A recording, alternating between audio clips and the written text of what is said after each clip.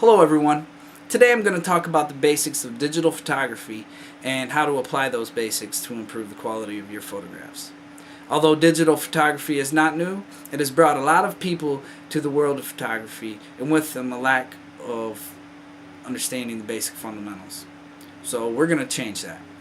In photography, just as with any other form of art, it's essential to understand the fundamentals, and the ability to utilize them and exhibit them is even more important.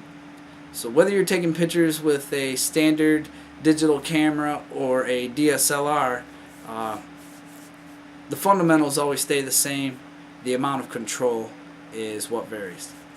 So according to PCMag.com encyclopedia, a DSLR is a digital single lens reflex system, and there are two distinct differences between a DSLR and a standard digital camera. Those being, number one, an interchangeable lens, and number two, the use of a viewfinder. Although this digital camera does have a viewfinder, the amount of control you're given with the DSLR is much greater, much more precise. A little bit about megapixels. Camera megapixels are a measurement of 1 million pixels, and that is the amount of light the sensor can absorb. So say this camera is a 10 megapixel camera, this camera is a 10 megapixel camera. The sensor in this one is much smaller. Therefore, the quality of the image this camera produces will not nearly be equivalent to the camera with the larger sensor. Now let's talk a little bit about exposure. Exposure is the amount of light that's allowed to pass through the lens onto the camera sensor. This is controlled with three things: ISO, shutter, and aperture. So let's get a little bit into that. Now, ISO setting tells the camera how sensitive the sensor should be. Higher ISO settings allow for greater sensitivity, and lower ISO settings allow for lower sensitivity. The drawback is higher ISO sensitivity brings more noise to the picture and takes away some of that crisp look. Next, we can talk about shutter speed. Shutter speed is the amount of time the gate is open inside the camera, allowing the light to touch the sensor. The faster the shutter speed, the less light. The slower the shutter speed, the more light you'll get. So keep that in mind when adjusting the shutter speed of your camera. It can be helpful for your pictures.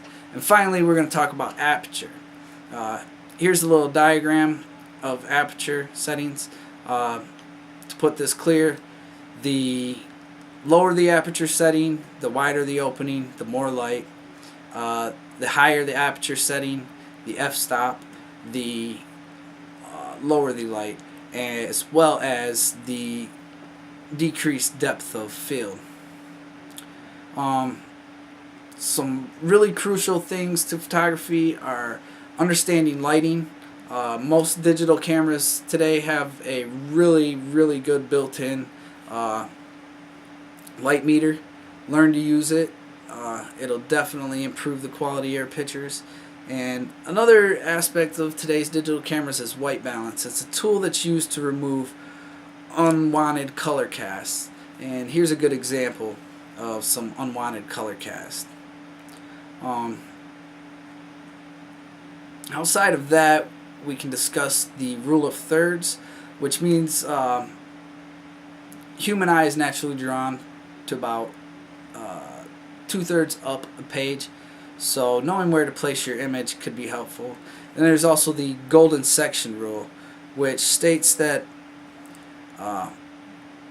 certain points in a picture's composition automatically attract a viewer's attention. So beware where you put certain things if you want people to look. And finally, there's the diagonal rule.